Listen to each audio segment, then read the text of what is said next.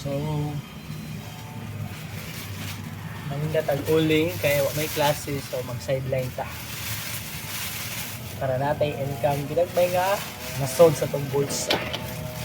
So, postpone lang sa ato ang pachoy-choy kay may gamit ang choy-choy kung ati kwarta. Ngayon natin pang choy-choy kung hindi man ubanan, pero mas priority na to ang bulsa.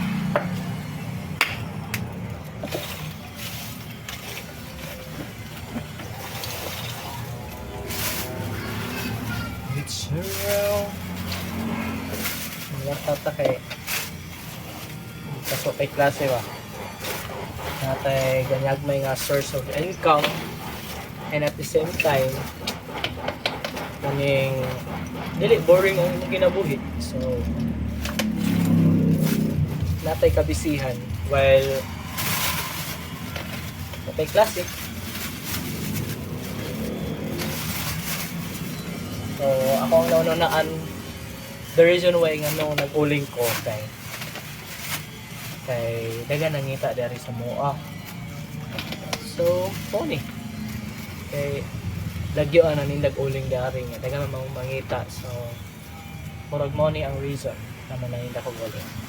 Din sa kay kawapod kay kwarta mo uling mo ni.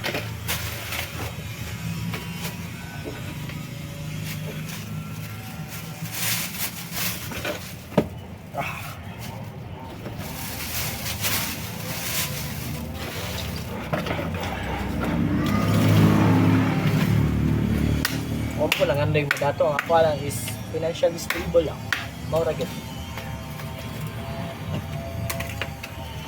madato wala na sa akong kwan, pero financially stable mo na akong ipangayo na hindi magkukumag kwarta every time when I need it. May lang ma-hospital ka natay kapag gastos sa itong kapalingon sa mga medicals, bills. So at least na lang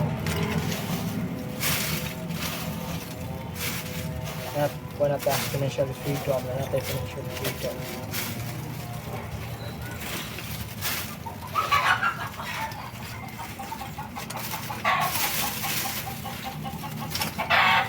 O matagi pangalan kong dato sad, so man ni ang steps para mo paan ka many trials na sa itong pinagbuhi nga mag-agit patay kalisod usa ta mahiyahay, diba? Nag-agi naman yun pag kalisod asa ka since high school till college pag year 2019 ako din naggastos akong galingon, so di na ingon nga nabaguhan ko ginani na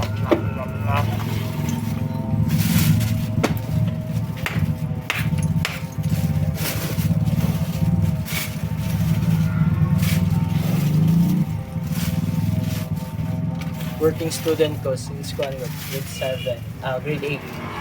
8 up year 2019 at first year college ko sa CTU, so as in kalisod lang easy na lang kayo.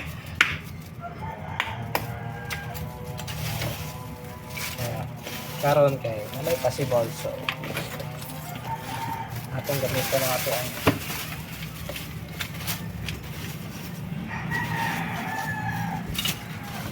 around.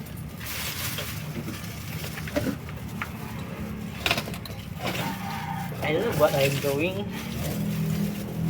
Love din ako sa akong ibuhat karon kay nag-enjoy pa kasi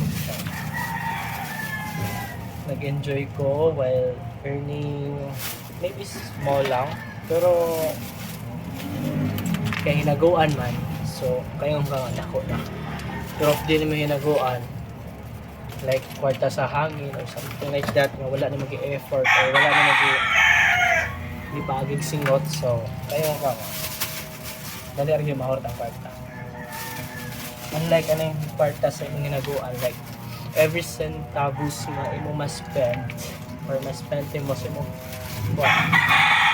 ano, masayangan ka ba? So, mao na siya nga murag worth it yun sa kwarta sa singot or kwarta sa magyaguan compare sa kwarta sa hangin lang like bawa na mo sana so mao na siya wala ko mas share it paasa